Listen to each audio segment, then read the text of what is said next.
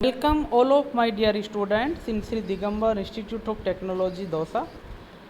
My dear students, myself Mulchan Taylor and I am HOD of Applied Science in Sri Digambar Institute of Technology, Dosa. Dear students, I will teach you human values and this is our third lecture on importance of human values. Okay? Presentations on human values के ऊपर हमारा ये presentation होगा. Okay? Next, thinking with love is truth, feeling with love is peace, acting with love is right conduct, understanding with love is non-violence. सत्य साईं बाबा ने ये अपनी पुस्तक के अंदर बताया. Thinking with love is truth. कैसे विचार करें, हमें मन के अंदर कैसे विचार होने चाहिए. Thinking with love is truth. आप अपने अंदर प्रेम से सोचें, दुखी होकर के कोई बात को न सोचें, तो वही सत्य है. Feeling with love is peace. जो भी आप महसूस करें वो प्रेम के साथ करें तो आपके मन को तसल्ली मिलेगी. Acting with love is right conduct. कोई भी काम करें वो भी प्रेम से करें, उसको ही आपका सही आचरण कहा जाता है. Understanding with love is non violence. कोई भी बात समझें तो प्रेम से समझें, वही आप अहिंसा कहलाती है. मतलब इन्होंने जो पावर दी है वो लव की पावर दी है कि इंसान को कभी भी दुखी नहीं होना चाहिए. जो भी कुछ मिला है उसको सहर्ष स्वीकार कर लेना चाहिए. आगे बढ़ते हैं. देखिए आगे क्या बताया इसमें. इंट्रोडक्शन हम देखते हैं इसके बारे में. Introduction. Human values are closely related with human life.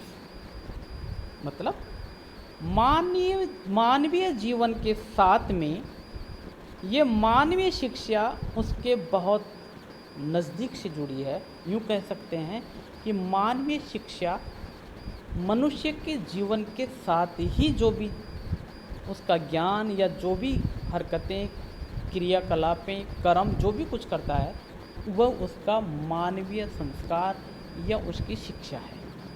No human life is possible without values. कोई भी व्यक्ति अपने इस शिक्षा के बिना, संस्कार के बिना उसका जीवन जी नहीं सकता.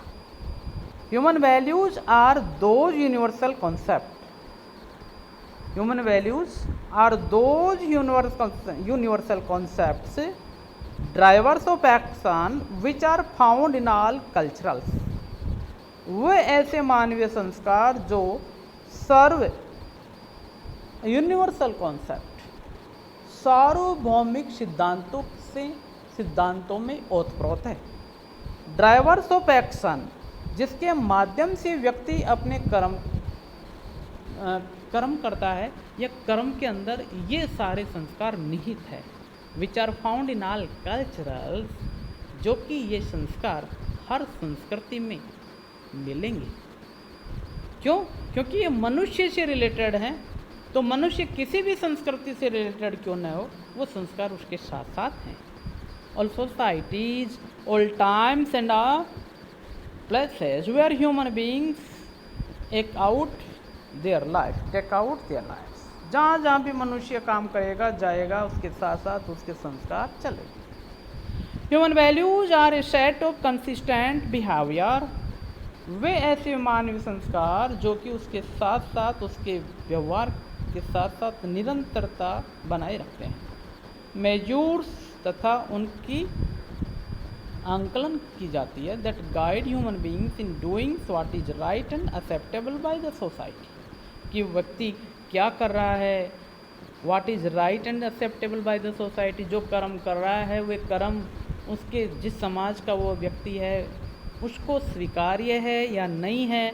They attract dignity, respect, appropriateness among people. जो भी उसने कर्म किया है वो किसी श्रेष्ठता से ताल्लुक़ रखते हैं या नहीं. आदरणीय है या नहीं, या फिर अन्य लोगों के अनुरूप है या नहीं। Human values are used to set laws in most cases.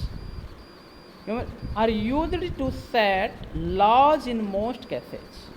ये मानवीय संस्कार अधिकांश मामलों में टू सेट लॉज, नियमों से बंधे हैं। Human values are peoples believes. ये मनुष्यों का मत होता है, उनकी भावनात्मक लगाव से जुड़े हैं, उसके व्यवहार से नाता रखते हैं toward things, situations and other peoples, तथा उस वस्तु से संबंधित होते हैं, उस स्थिति से संबंधित होते हैं, या फिर उन अन्य लोगों से संबंधित होते हैं जिनके साथ वो व्यक्ति बिहेव करता है। इस तरह से ह्यूमन वैल्यूज का परिचय। Human values have an inherent energy. इसके अंदर क्या है? Inherent energy. प्राकृतिक तौर से इसके अंदर एक ऐसी शक्ति समाहित है,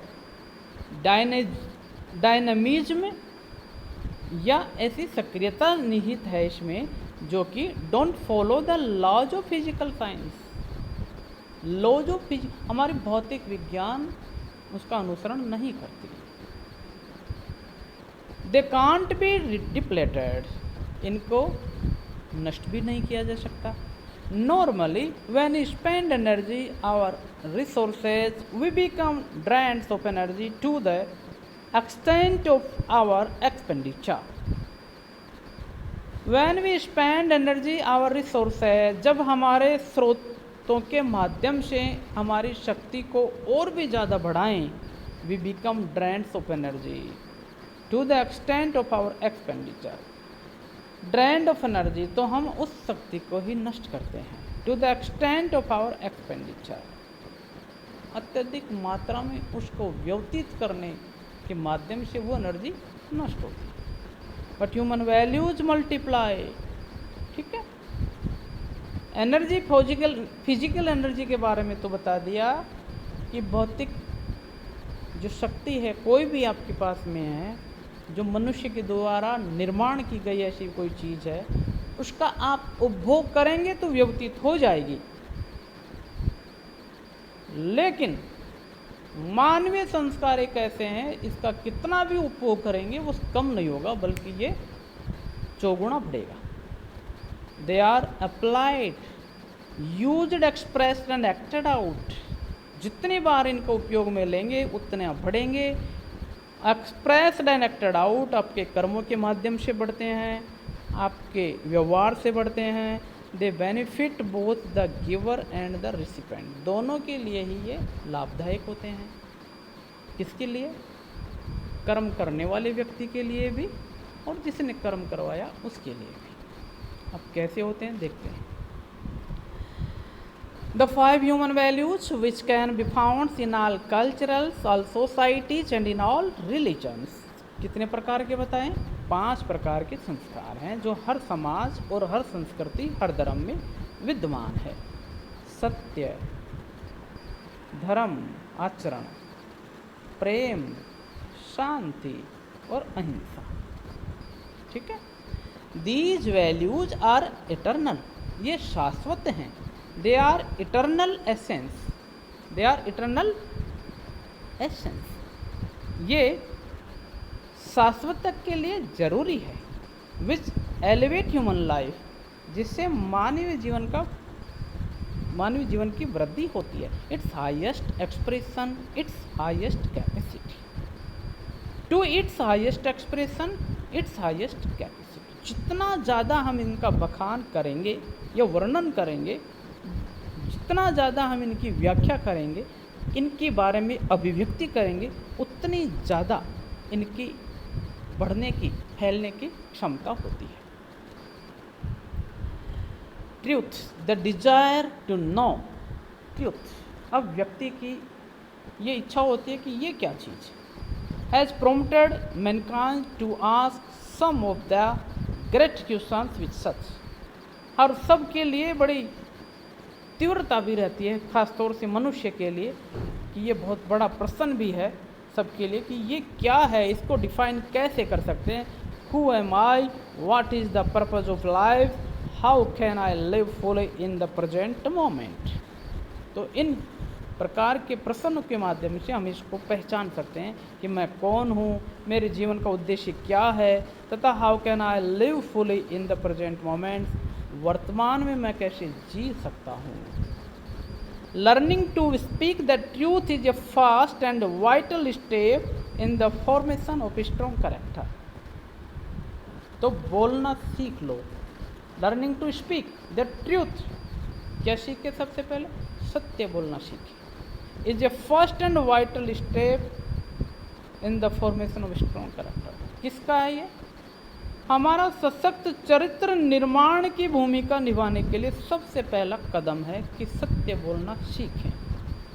voicing an untruth is an anti social act and causes confusion in the minds of both the speaker and listener and leads to anti social behavior। क्या? वॉइसिंग एन अनट्रूथ मतलब क्या है? बुराई है। क्या बोलना? झूठ बोलना। Is an anti social act. कौन सा है ये? समाज विरोधी कर्म होता है। And causes confusion in the mind of both the speaker and listener, और दोनों ही व्यक्तियों के मन के अंदर ये अशांति का कारण बनता है। Leads to anti social behaviour, और यही कारण हमारे समाज को हमसे विपरीत खड़ा करने के लिए कारक सिद्ध होता है। Telling lies hurts ourselves as well as others in a subtle but very real way. झूठ बोलना हर्ट्स आवरसेल्व्स, हम अपने मन को ही हानि पहुंचाते हैं, उसके साथ साथ दूसरे को भी होती है। इन ए सबटल, बड़ी चतुराई से मैंने किसी कार्य में झूठ बोल लिया तो मैं अपने आप को और दूसरे दोनों के लिए ही एक हानि पैदा कर रहा हूँ। बट वेरी रियल वे, लेकिन ये बहुत वास्तविक तरीका है। समाज में जो लोग इसका आचरण बहुत अच्छी तरह से करते हैं। राइट कंडक्ट क्या है? Information is received through the 5 senses. हमारी इन 5 इंद्रियों के माध्यम से जो भी सूचनाएं हमें मिलती है, smell, taste, sight, touch and feeling, ये 5 इंद्रियां, ये राइट कंडक्ट है, ये आचरण है, धर्म है। When this information is referred to the conscious, the resulting sections will be beneficial। मतलब जब हमें जो बताई गई इन चेतनाओं के माध्यम से सूचनाएं मिलती है, उसका जो परिणाम निकलता है, एक्शन विल बी बेनिफिशियल। वो कर्म हमारे लिए क्या होना चाहिए? बेनिफिशियल, लाभदायक होना चाहिए। Every action is preceded by thought. ये बहुत महत्वपूर्ण चीज है।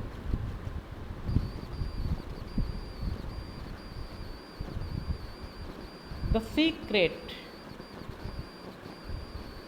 Is written by Rhonda Byrne. Rhonda Byrne के द्वारा द सीक्रेट नाम की एक पुस्तक लिखी गई है। The best seller, international best seller at present time, best seller book है प्रेजेंट टाइम में। तो उसका एक सबसे बड़ा जो कंक्लूजन है वो यही है, वाणी ही, विचार ही वस्तु बन जाते हैं। यहाँ पर यही है, every action is proceeded by thought. कोई सा भी कार्य हो वो किसके द्वारा निहित होता है? हमारे विचार के माध्यम से। If the thought is consciously seen and noted, it aims to assist and unselfish, the action will be good for oneself and other.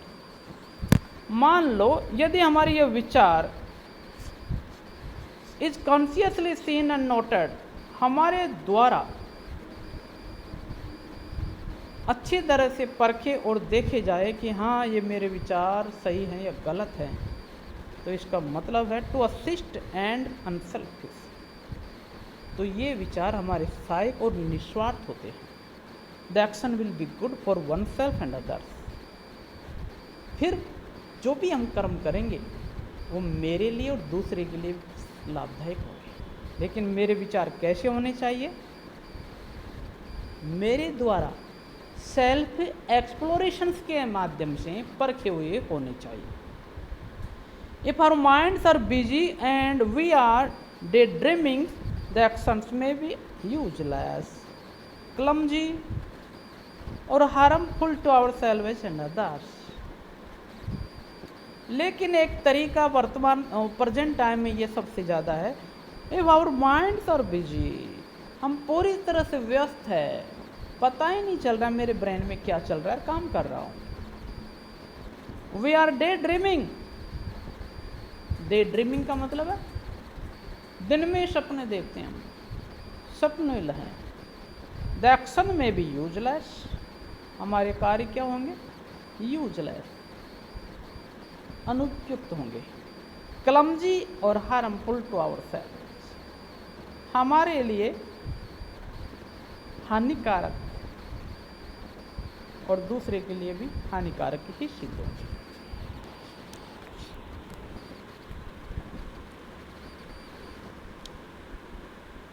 Love is not an emotions, जो प्रेम है वो हमारी भावना नहीं है। प्रेम हमारी क्या नहीं है, भावना नहीं है।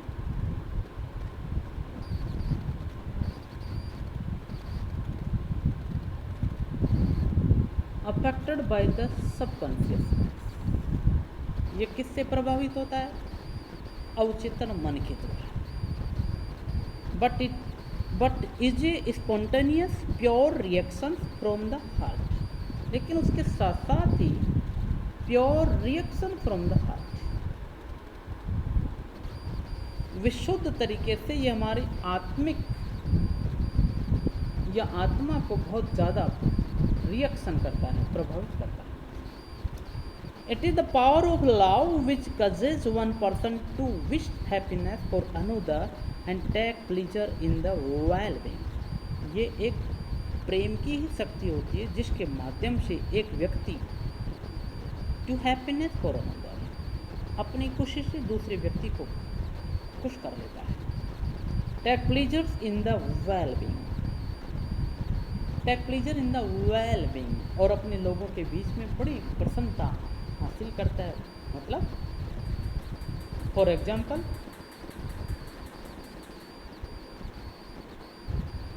हम हंसेंगे तो सब हंसेंगे, हम हंसेंगे तो सब हंसेंगे, संसार हंसेगा, और हम रोएंगे तो सिर्फ हम ही रोएंगे, कोई नहीं रोएगा। मतलब खुशी के सब शामिल हैं, लेकिन गम में कोई भी शामिल नहीं है।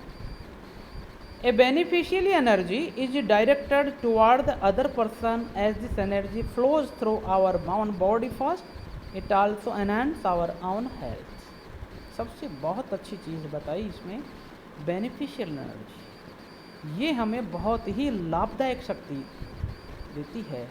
Directed toward the other person, इसके बाद में अप्रत्यक्ष तौर से दूसरे व्यक्ति को प्रभावित करती है। सबसे पहले ये इस शक्ति का जो प्रभाव होता है वो हमारे शरीर से होता है। It also enhance our own health, इसके बाद उसी के अनुसार हमारा स्वास्थ्य प्रभावित होता है। Love is unconditional positive regard for the good of another, ये एक निस्वार्थ बॉन्ड होना चाहिए जो कि एक सकारात्मक सोच के साथ दूसरे व्यक्तियों के लिए भी ये भले का काम करे। It is giving and unselfish, निस्वार्थ प्रेम की उत्पत्ति होनी चाहिए, तथा ये निस्वार्थ प्रेम ही हमें आगे ले जाता है। शांति, we smiles when we are happy and content. हमारे चेहरे पर खुशी तभी आती है जब हम प्रसन्न होते हैं और संतुष्ट होते हैं। Contentment is gained when we cease to want to give ourselves. कब शुरू होती है ये? We cease to want to give, जब हम हमारी चाहतों को बंद कर लेते हैं। To give ourselves all the apparent good things conveyed to us through our 5 senses. हमारी इन 5 इंद्रियों के माध्यम से जो जो चीज़ें देखी जाती है, परखी जाती है, उनके साथ साथ हम अपनी इच्छाओं को परख लें कि ये चीज़ें हैं मेरे पास मौजूद हैं, फिर चाहत बंद कर लें, तब जा कर के हमारे चेहरे पर खुशी और संतुष्टि आती है। इनर एजिटेशन स्टॉप्स, आंतरिक उग्रता को रोकें। We are left feeling peaceful. When there is peace in the individual, there will be peace in the family. We are left feeling peaceful. We are left feeling peaceful तथा left feeling peaceful, पीछे जो भी भाव छोड़ें वो शांति के भाव छोड़ें। When there is peace in the individual, जब कोई व्यक्ति खुश है अपने आप में, तो there will be peace in the family, परिवार में भी खुशी होगी, शांति होगी। When there is peace in the family, जब परिवार में शांति है, there will be peace in the community, पास पड़ोस में और उन लोगों में, सब में शांति होगी। In order to learn self esteem, इसके अनुसार हम क्या सीखते हैं? सेल्फ एस्टीम, आत्मिक विश्वास।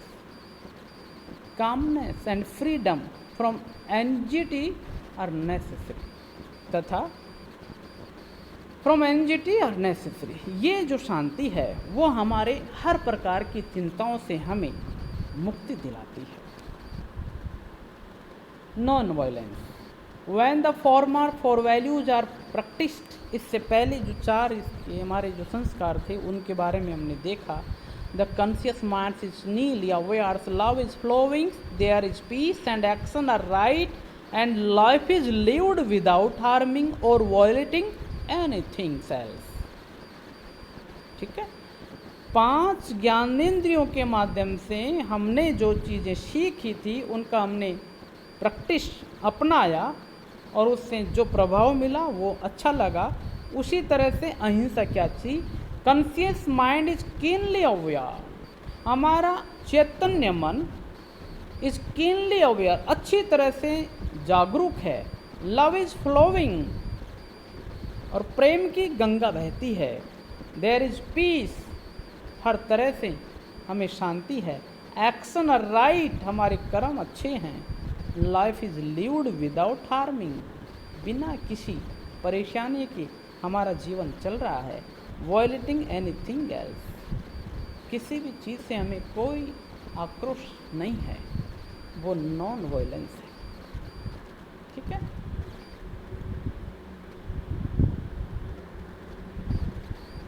It is the highest achievements of human living and encompasses respect for all life living in harmony.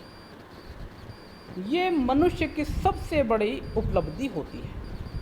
encompasses respect for all life living in harmony, तथा respect for all life living in harmony, संपूर्ण जीवन में उससे सम्मान प्राप्त होता है। पूरा जीवन समरसता के साथ, प्रकृति के साथ और दूसरे लोगों के साथ जीवन व्यापन करता है। नॉट हर्टिंग बाय थॉट्स, अपनी वाणियों से, विचारों से दुखी नहीं है।